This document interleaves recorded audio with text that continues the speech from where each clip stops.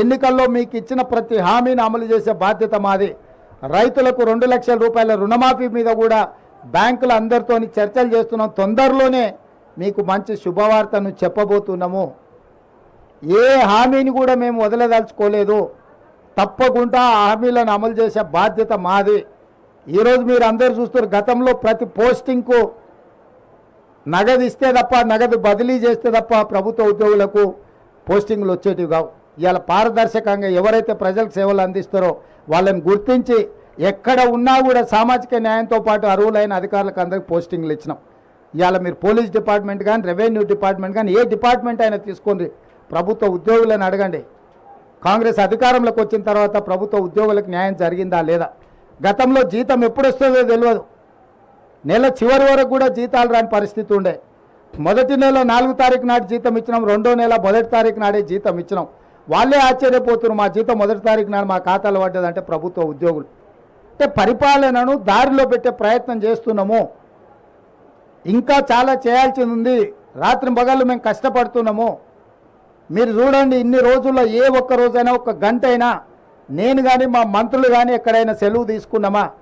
ప్రతిరోజు ప్రతి నిమిషము పరిపాలనను దారిలో పెట్టి పేదలకు మేలు జరిగే విధంగా, పేదలకు అందుబాటులో ఉండే పరిపాలన అందిస్తున్నాము. ఏ రోజు కూడా మేము ప్రజలకు అందుబాటులో లేము అనేదే లేదు. సచివాలయం ప్రజలది అని చెప్పి సచివులను కలుసుకోవడానికి ప్రజలు ఎవరైనా రావచ్చు అని స్పష్టంగా ఈరోజు అవకాశం కల్పించినాం. సచివాలయం ఎట్లుందో మేము వచ్చేవరకు మీడియా మిత్రులు లోపలికి రాలే, గేట్ బయటలు ఉండి చూసుడే తప్ప లోపలికి రాలే. ఇవాళ స్వేచ్ఛగా మమ్మల్ని కూడా పోనీలా. సీతక్క పోతే పట్టుక పోలీసులు పట్టుకపోయారు, నేను పోతే పోలీసులు పట్టుకపోయారు. మా సంగతి కాదు, పోనీ మిమ్మల్ని ఇచ్చినట్టే మీకు కూడా అవకాశం రాలే.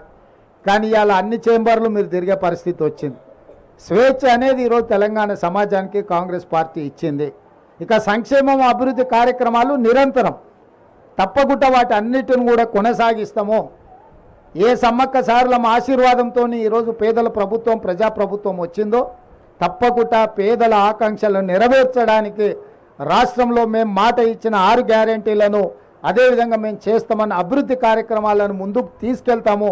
మీ అందరి సహకారం ఉండాలి. ఈ ప్రాంతాన్ని అత్యధికంగా నిధులతో, జాతర వచ్చినప్పుడే అభివృద్ధి కాదు, జాతర కోసం నిరంతరం ఇక్కడ జరగాల్సిన అభివృద్ధిని కూడా స్వయంగా నేనే పర్యవేక్షించి మా ఇద్దరు సోదరిమణుల నేతృత్వంలో ఈ ప్రాంతాన్ని అభివృద్ధి చేసే బాధ్యత కూడా మేము తీసుకుంటాం. అదేవిధంగా మీకు కూడా 10 ఏళ్ళు మోసం జరిగింది మీడియా మిత్రులకు. మీ సమస్యలు కూడా తొందరలోనే ప్రెస్ అకాడమీ చైర్మన్ తొందరలోనే నియమించబోతున్నాం. వారి ద్వారా మీ సమస్యలన్నిటిని కూడా వివిధ సంఘాలతోటి మీతో చర్చించి మీ సమస్యల్ని పరిష్కరించే బాధ్యత మా ప్రభుత్వం తీసుకుంటుంది.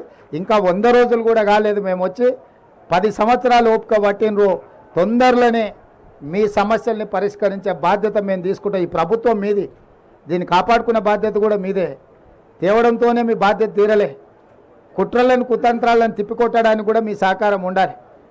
ఈరోజు వెనకంగా, అక్కడంగా, ఇక్కడంగా ఇద్దరు పొద్దుటిపూట ఒకటి మాట్లాడుతారు, చీకటి ఇంకోటి మాట్లాడుకుంటారు. వాళ్ళిద్దరి మధ్యలో ఉన్న సమన్వయం మీకు అర్థమయ్యే ఉంటుంది. 7 సీట్లు కేసీఆర్కు, 10 సీట్లు బీజేపీకి అని మాట్లాడుకొని ఏదైతే ఎన్నికలకు రాబోతుందో, రాబోయే పార్లమెంట్ ఎన్నికలలో వీళ్ళిద్దరి చీకటి ఒప్పందాన్ని కూడా తిప్పికొట్టే బాధ్యత మీడియా మిత్రుల మీద ఉన్నది. తప్పకుండా ఈ ప్రభుత్వం మీది, మీ సమస్యలను కూడా పరిష్కరిస్తామని చెప్పి మీడియా మిత్రులకు తెలియజేస్తూ సెలవు తీసుకుంటున్నాను.